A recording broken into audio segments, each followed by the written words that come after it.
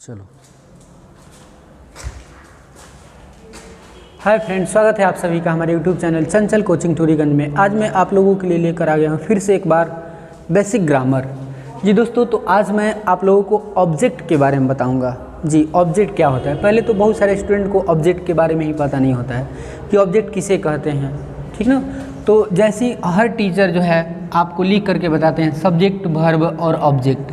तो subject means कर्ता होता है, वर्ब मीन्स होता है क्रिया, और ऑब्जेक्ट मीन्स कर्म होता है। सब्जेक्ट मतलब कर्ता, काम करने वाले को, वर्ब क्रिया, क्रिया कहते हैं जो काम किया जाता है, और कर्म कहते हैं क्रिया का फल जिस पर पड़े उसे कर्म कहते हैं। तो इसके बारे में मैं आज आप लोगों को बताऊंगा। जी दोस्तों, चलिए शुरू करते हैं।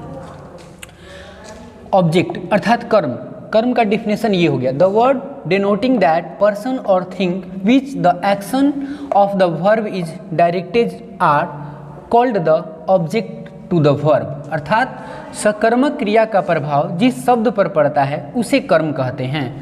सकर्मक क्रिया, क्रिया मैंने पिछले वीडियो में बताया था कि क्रिया दो प्रकार की होती है, सकर्मक क्रिया और अकर्मक क्रिया। अर्थात सकर्मक क्रिया का प्रभाव, जैसे कि ही इट्स ए मैंगो, तो ये जो क्रिया हो गया इट्स, ये हुआ सकर्मक क्रिया, और इसका फल इस पर पड़ रहा है, अर्थात इसका रिजल्ट नहीं कर रहा है। अर्थात ये पता चल रहा है कि यह व्यक्ति वह जो है खा रहा है, खाता है, तो क्या चीज़ खाता है, तो क्या खाता है। ऑब्जेक्ट पता करने के लिए क्या शब्द का जब प्रयोग करेंगे, क्या और कहाँ, तो तुरंत ऑब्जेक्ट निकल करके आ जाएगा। क्या खाता है, तो आम खाता है, तो आम क्या हुआ, ऑब्जेक्ट हुआ। अर्थात इसी को कहते हैं कि क्रिया का फल जिस पर पड़े उसे कर्म कहते हैं, ठीक है।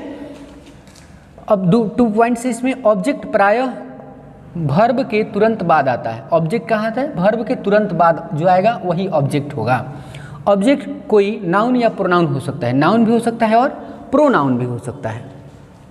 Example, he it's a mango, he it's a mango, he subject हो गया, इट्स वर्ब हो गया, और ए मैंगो जो हो गया ऑब्जेक्ट हो गया, ठीक है।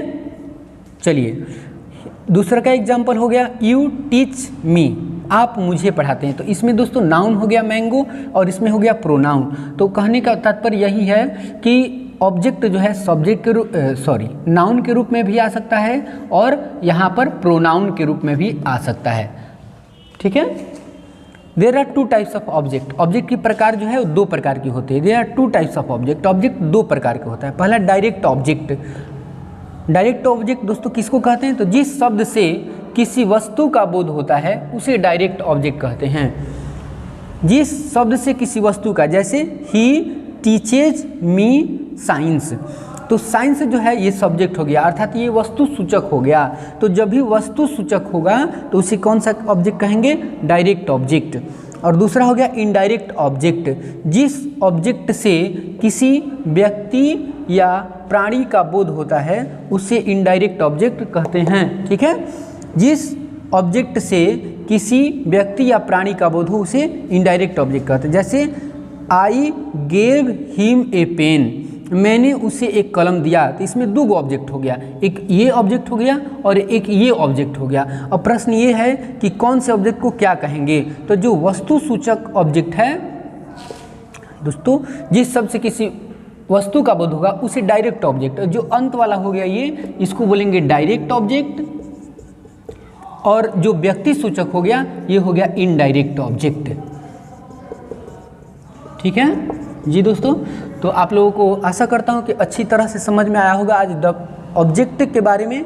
ऑब्जेक्ट 2 प्रकार, डायरेक्ट ऑब्जेक्ट और इनडायरेक्ट ऑब्जेक्ट। आशा करता हूँ कि आप लोगों को समझ में आ गया होगा।